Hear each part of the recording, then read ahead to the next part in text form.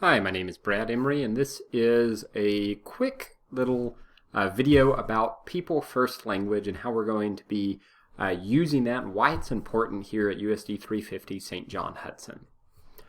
So first we need a definition. What is people first language and why does it matter? Well, we can see from one of the main proponents of this, her name is Kathy Snow.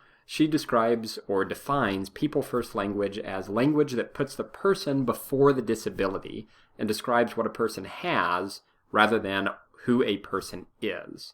So some examples she gives is, are you myopic or do you wear glasses? That's putting the person before the disability rather than focusing on what's wrong. We're looking at what do you do? What's your needs?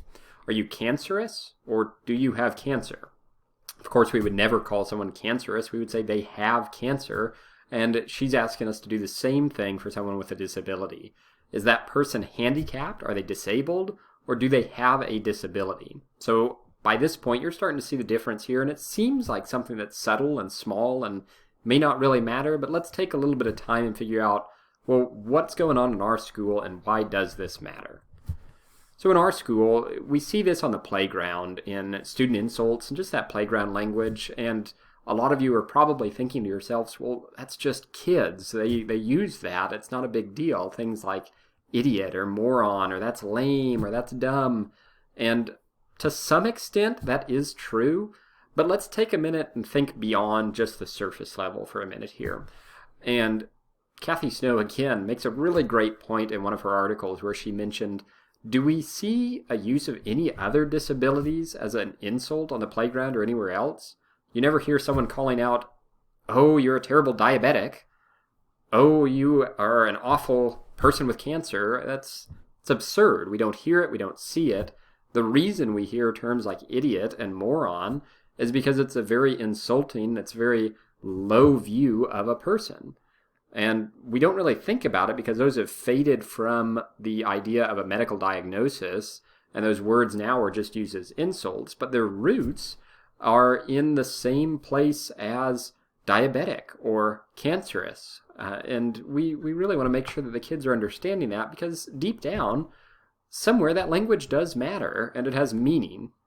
So when we call a kid or something lame, there are still people who are restricted to a wheelchair who are considered lame. And we don't want to use language that would insult them, or very clearly, if you're calling someone lame or something lame, then you're saying that it's dumb. It's the lowest of the low. And how in the world can we justify that in the same sentence or the same term that we use to describe a person, a human being?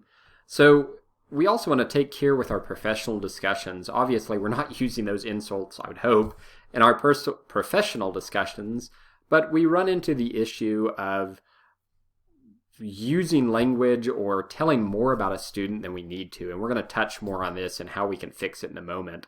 And then the last thing that we really want to work on in our school, in our building, is students having problems versus students having needs. And let's use a couple of quotes from Kathy Snow's different articles to address some of these in our school. So moving forward, here's a quote from Ms. Snow. Share information about what the person needs in a respectful, dignified manner and omit the diagnosis. So all too often we come in and when we're talking about students, whether they're in special ed or just having other issues, we come in and talk about all the problems they have. We share that, well, this student's in a wheelchair and they have this diagnosis and that diagnosis. And sometimes we do this when they're not there, but sometimes we do it with a student right beside us. And imagine just how is that making the student feel? So instead, I'm going to back up and give another example here that's coming to my mind. Ms. Snow gives you the example of, what if your significant other has a boil on their rear end? You're not going to go around, and that's not going to be the first thing you tell people when you introduce your spouse, or it certainly shouldn't be. You're not going to give a diagnosis. That's private personal information that you're not going to share. You might share, although probably not if you want to keep your marriage happy, that they need a chair or a particular chair to sit on. You're sharing their needs, but you're not going to tell them why. And we really need to do the same thing for our students.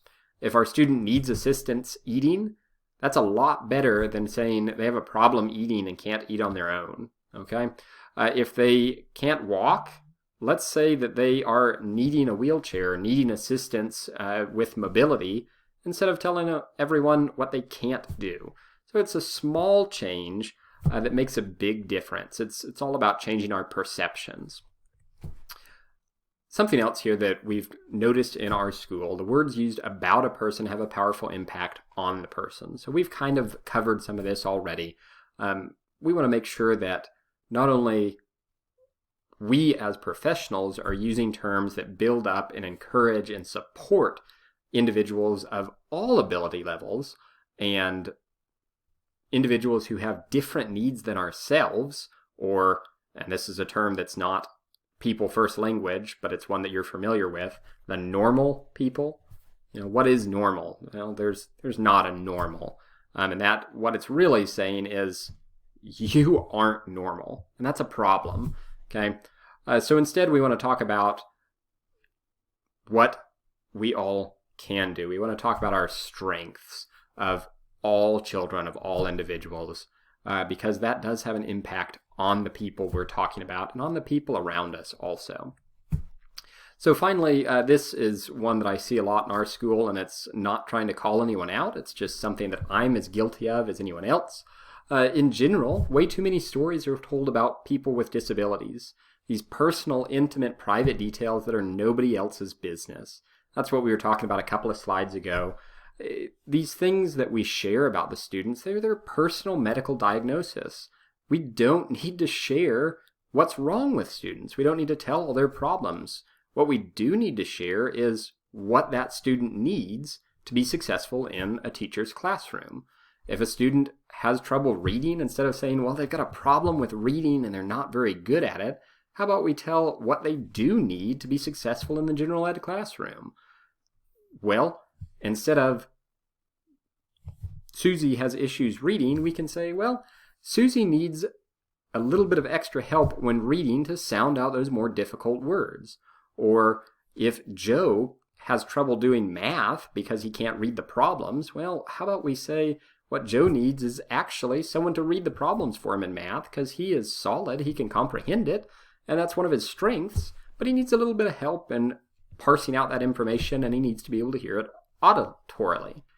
So moving forward, we really want to focus on what students need and make sure we're addressing those needs instead of saying what the problems are. Here's some examples. I'm not going to read all of these. I'll leave this up on the screen for a minute. I've got a copy of this that we'll distribute after the fact. But just a couple of things here that are really important. We don't want to talk about people with disabilities. We want to talk about people who have disabilities. Those who are handicapped.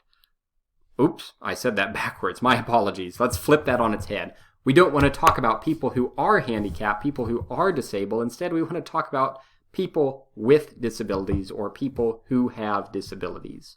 Okay, this is something that they have, not who they are. And that's such an important distinction, and that's really the basis for all of this.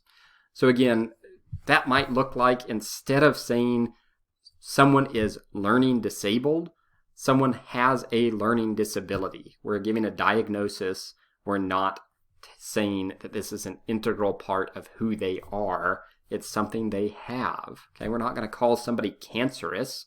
We're going to say they have cancer. And let's make sure we're giving that same respect, that same dignity to all of our students. If you have any questions or anything about this, I'd love to chat more with you. We've got some sources here that I can share, and I'll put this PowerPoint up so that you can access it and use the resources at any time.